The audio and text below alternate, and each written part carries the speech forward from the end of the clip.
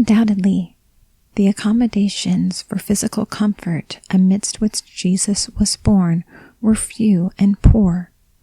but the environment, considered in the light of the customs of the country and time, was far from the state of abject deprivation which modern and Western ways would make it appear.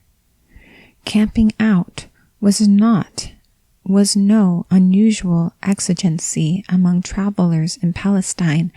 at the time of our Lord's birth, nor is it considered such today. It is, however, beyond question that Jesus was born into a comparatively poor family, amidst humble surroundings associated with the inconveniences incident to travel. Cunningham Geeky, Life and Words of Christ, Chapter 9, page 112 and 113, says, "It was to Bethlehem that Joseph and Mary were coming, the town of Ruth and Boaz, and the early home of their great forefather David. As they approached it from Jerusalem, they would pass, at the last mile, a spot sacred to Jewish memory, where the light of Jacob's life went out, when his first love, Rachel, died and was buried,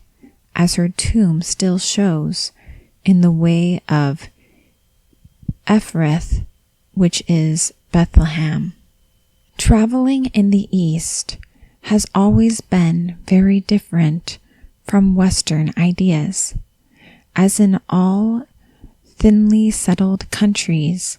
private hospitality in early times supplied the want of inns, but it was the peculiarity of the East that this friendly custom continued through a long series of ages. On the great roads through barren and uninhabited parts, the need of shelter led very early to the erection of rude and simple buildings of varying sizes known as khans, which offered the wayfarer the protection of walls and a roof and water, but little more, on the floor of which the traveler might spread his carpet for sleep. The larger ones, always built in a hollow square, enclosing a court for the beasts, with water in it for them and their masters. From immemorial antiquity, it has been a favorite mode of benevolence to raise such places of shelter as we see so far back as the times of David. When Chimhah built a great khan near Bethlehem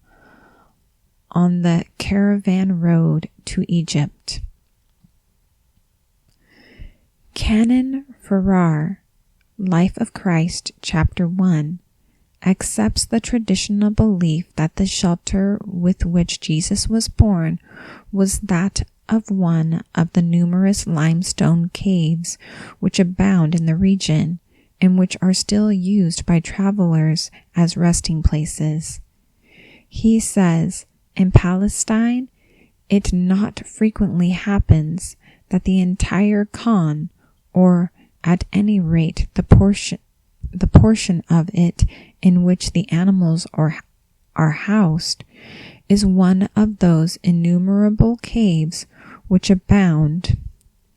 in the limestone rocks of its central hills. Such seems to have been the case at the little town of Bethlehem, or Ephratah, in the land of Judah. Justin Martyr, the apologist, who, from his birth at Shechem, was familiar with Palestine, and who lived less than a century after the time of our Lord, places the scene of the Nativity in a cave,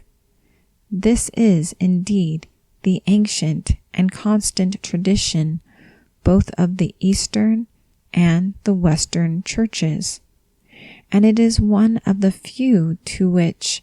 though unrecorded in the gospel history,